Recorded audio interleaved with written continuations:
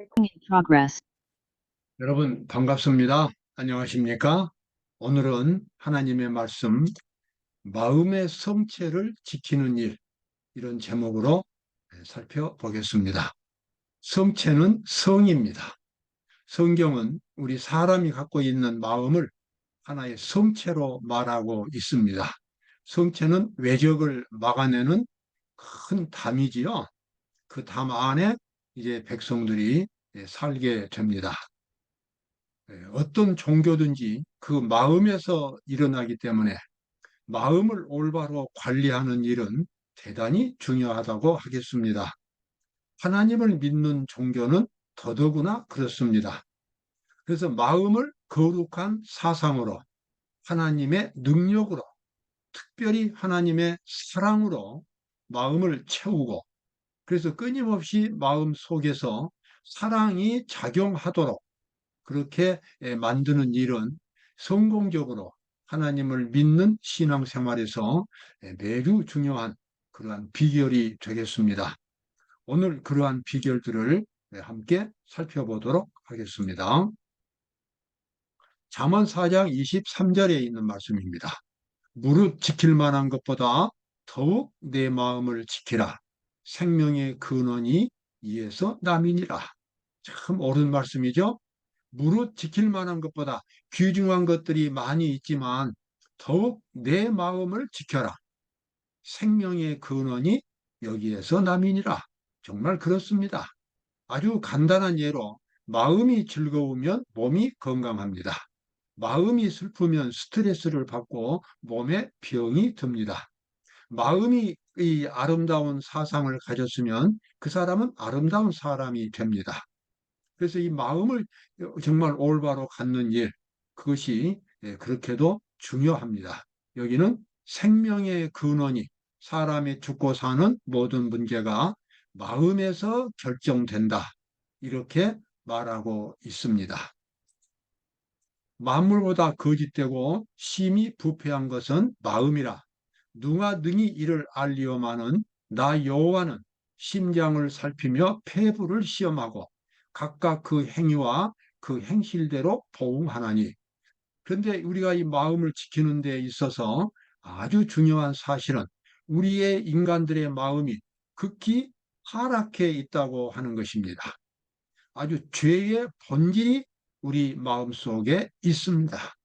그래서 그 마음은 얼마든지 밖으로 파괴적인 행동을 나타낼 뿐만 아니라 그 자체로서도 죽음의 행실을 계속하게 됩니다. 마음속은 이기적이고 마음속은 온갖 부패의 영향력들이 마음속에 있습니다. 정말 사람이 어떻게 해서든지 이 마음을 다스릴 수가 없습니다. 어떤 돌을 터서 마음을 다스린다고 하지만 그것은 극히 예외적인 일이고 실제로 자기 마음을 타락한 죄인의 본성인 자기 마음을 스스로 다스릴 사람은 없습니다. 그래서 사람은 어차피 이 세상에 살면서 끊임없이 이 바람에 부는 갈대처럼 마음은 끊임없이 흔들리고 그래서 그 흔들림 속에서 고통을 느끼고 공포를 느끼면서 살아가게 됩니다. 우리가 하나님을 믿는다고 하는 것은 이 소중한 마음을 올바로 관리하는 일이 되겠습니다. 만약에 하나님께서 우리 마음을 주관해 주신다면 우리가 하나님을 전적으로 의존하고 예수님이 마음속에 들어오신다면 그때부터 마음은 새로운 지배를 받을 수 있게 될 것입니다. 그것이 바로 성공적인 그리스도인의 비결이 됩니다. 우리는 우리의 마음이 천성적으로 타락했으며 우리 스스로 올바른 길을 따라갈 수 없다는 사실을 기억해야 한다. 그렇습니다. 자기 스스로 올바른 길을 터득할 사람은 이 세상에 없습니다. 올바른 길은 우리 인간을 만드신 하나님만이 그 길을 인도하실 수 있습니다. 하나님의 능력만이 타락한 우리의 마음을 생명의 길을 걸어갈 수 있도록 이끌어 줄 수 있습니다. 그래서 자신의 마음을 올바로 관리할 수 있는 비결은 자기 스스로 어떤 의지력을 강하게 하거나 어떤 많은 교양을 쌓거나 하는 그런 것보다도 우리 마음을 창조하신 하나님을 마음속에 모신다면, 내가 그분께 나의 진실한 마음을 고백한다면, 그리고 그분이 나를 주장할 수 있도록 의지한다면, 바로 주님께서 우리 마음을 주관하시고, 그래서 우리는 올바른 평화의 길을 갈 수가 있게 되겠습니다. 만약 생각들이 적절하게 통제를 받지 않으면 종교는 영혼 속에서 풍성하게 자라지 못한다. 마음은 거룩하고 영원한 사물들로 채워져야 한다. 마음을 아무렇게나 쓰면서도 올바로 신앙생활을 할 사람은 없습니다. 성공적인 신앙생활을 할 사람은 반드시 마음을 통제할 수 있어야 합니다. 자기 혼자의 힘으로 통제할 수 없기 때문에 끊임없이 예수님을 의지하고 예수님이 마음을 주관하실 수 있도록 그와 같은 믿음을 나타내는 일이 우리 그리스도인들에게는 매우 중요하겠습니다. 만약에 그런 일을 등한히 한다면 아무리 내가 훌륭한 그리스도인이 되고 싶어도 온갖 세상적이고 죄악적인 생각들이 마음의 성체 안으로 함부로 들어오기 때문에 결코 성공적인 신앙생활을 할 수가 없겠습니다. 그래서 시편 139편에 다윗은 이렇게 찬양했습니다. 하나님이여 나를 살피사 내 마음을 아시며 나를 시험하사 내 뜻을 아옵소서. 내게 무슨 악한 행위가 있나 보시고 나를 영원한 길로 인도해 주소서. 참으로 정당하고도 올바른 기도입니다. 우리가 이렇게 하나님 앞에 기도를 해야 할 것입니다. 하나님이여 내 마음을 깊이 살펴주시고 내 마음속에서 끊임없이 나를 죽음의 길로 이끌어가는 이 파괴적인 이 죄악 세력이 어떤 것인지 나로 보게 해 주십시오. 그래서 내가 그것을 버릴 수 있도록, 내가 그것으로부터 돌아서는 회개를 할 수 있도록 하나님 저를 도와주십시오. 이렇게 간절하게 기도를 드리는 일이 우리에게 꼭 필요하다고 생각이 됩니다. 그런 일을 하지 않고 자기 마음을 올바로 통제할 수 없다면 아무리 노력을 해도 끊임없이 실수와 그 다음에 죄를 짓는 그런 일을 반복할 수밖에 없겠습니다. 자, 예수님께서 이 복이 있는 사람들을 말씀하실 때에 마음이 청결한 자를 말씀하셨습니다. 마음이 청결한 자는 복이 있나니 저희가 하나님을 볼 것이요. 참 하나님을 볼 수 있는 사람은 마음이 청결한 사람이라고 하는 것입니다. 하나님을 본다는 것, 그것이 바로 하나님을 믿을 수 있는 하나의 비결이 됩니다. 육신의 눈으로는 하나님을 볼 수 없지만 마음의 눈으로는 너무나 분명하게 하나님을 볼 수가 있습니다. 마치 우리가 마음의 눈으로 사랑을 보고 마음의 눈으로 행복을 볼 수 있는 것처럼 우리 영적인 눈으로는 하나님을 볼 수가 있습니다. 그런데 하나님을 보고 싶으면 마음을 청결하게 가져야 합니다. 천성적으로 타락하고 천성적으로 이기적인 천성적으로 부패한 마음을 가진 사람이 어떻게 청결한 정신을 가지고 하나님을 볼 수 있겠습니까?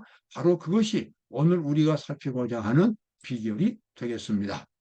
자, 예수님께서는 마음이 청결한 자는 복이 있나니 천국이 저희가 하나님을 볼 것이라고 그렇게 말씀하셨는데, 자, 여기 청결하다는 의미가 설명되어 있습니다. 마음이 청결한 자는 복이 있나니라고 하신 예수님의 말씀에는 마음의 은밀한 목적과 동기가 진실하며 교만과 자아본위에서 벗어나 겸손하고 사심이 없고 이러한 것들을 의미한다 그랬습니다. 마음이 청결하다는 말은 마음속에 있는 은밀한 동기, 목적, 감정, 숨은 생각들, 이러한 것들이 다 하나님의 뜻과 일치하게 만들어지는 것입니다. 그렇게 됨으로써 하나님을 볼 수가 있겠습니다. 죄인이 하나님을 볼 수 없는데 그 이유는 죄로 인해서 하나님 사이에 그 휘장이 쳐져 있기 때문에 보이지 않습니다. 이기적인 눈으로 하나님을 볼 수가 없습니다. 죄악의 본성, 죄악의 지배를 받으면서도 하나님을 볼 수 없습니다. 그러므로 마음의 은밀한 목적과 동기가 하나님 앞에 진실되기 위해서는 자기가 그렇게 만들 수 없기 때문에 있는 모습 그대로 예수님께 나와야 합니다. 그리고 예수님께 고백을 해야 합니다. 자기가 스스로 깊이 타락한 죄인임을 고백하고 이제 주님의 뜻대로 살기를 원하기 때문에 주님 제 마음속에 들어오셔서 제 영혼을 깨끗하게 청소해 주십시오. 내 마음속에서 합당하지 못한 것들 제가 스스로 치울 수 없기 때문에 주님께서 치워 주십시오. 라고 그렇게 정말 진실되고 간절하게 기도하면은 예수님께서는 성령의 감동을 통해서 마음속에 거룩한 그 같은 모습을 탄생시켜 주시는 것입니다. 마치 예수님께서 예루살렘에 들어오셨을 때에 예루살렘 성전 안에서 장사꾼들을 몰아내신 것처럼 우리 마음의 성전 속에서 정말 자기의 이기심에 지배되어 있는 이기적인 동기와 목적들, 세속적인 것들, 타락한 것들, 이러한 것들을 예수님이 전부 추방하시고 그리고 우리의 마음이 하나님이 계시는 거룩한 집으로 만드실 수 있습니다. 예수님은 그 일을 우리에게 약속하셨고 그 일을 우리를 위하여 해 주시겠다고 약속하신 것입니다. 그래서 우리가 지금이라도 예수님을 진정으로 마음속에 영접한다면 우리의 진심을 예수님께 고백한다면 이와 같은 놀라운 청소 작업이 우리의 영혼 속에서 일어나게 될 것입니다. 성령이 거하심으로 정결하게 된 마음에는 모든 것이 바꾸어집니다. 그런 마음은 하나님을 알 수 있습니다. 예수님께 고백하고 자기 자신을 예수님께 의지한다면 성령께서 모든 것을 바꾸어 주시고 그래서 새로운 마음의 시야가 열리게 되고 그리고 하나님을 보고 하나님을 알 수가 있게 됩니다. 잠언 22장 11절에 나와 있는 말씀입니다. 마음의 정결을 사모하는 자의 입술에는 덕이 있으므로 임금이 그의 친구가 되느니라. 참 이 잠언의 말씀 아주 인생의 비결을 말해주지요. 마음의 정결을 사모한다. 그 말은 마음의 진실을 사모한다는 것입니다. 세상적인 안목으로 보아도 누가 보아도 진실하고 이해할 수 있는 사랑할 만한 존경할 만한 그와 같은 마음의 동기를 갖고 있다면 그 사람이 입으로 하는 말에는 덕이 있고 가장 높은 지위에 있는 임금이라도 그 사람의 친구가 될 수 있다. 그러니 다른 사람들은 말할 것도 없습니다.